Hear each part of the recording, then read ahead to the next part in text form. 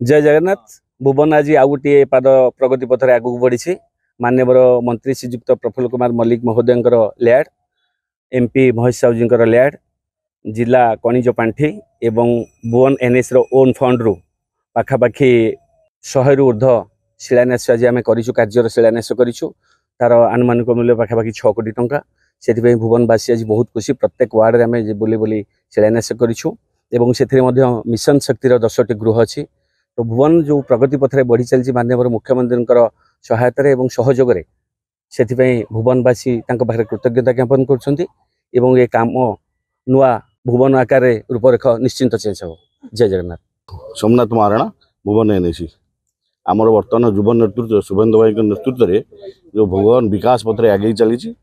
मुख्यमंत्री नवीन ओडिशा नूतन ओडिशा ये भुवन को विकास पथरे बर्तमान आगे चली। तेणु आमर प्रिय मुख्यमंत्री और आमर मंत्री प्रफुल्ल मल्लिक नेतृत्व में भुवन गोटे नूतन भुवन हो बर्तमान गढ़ी तोड़े से प्रयास नहीं युव नेतृत्व नहीं शुभेन्दु भाई।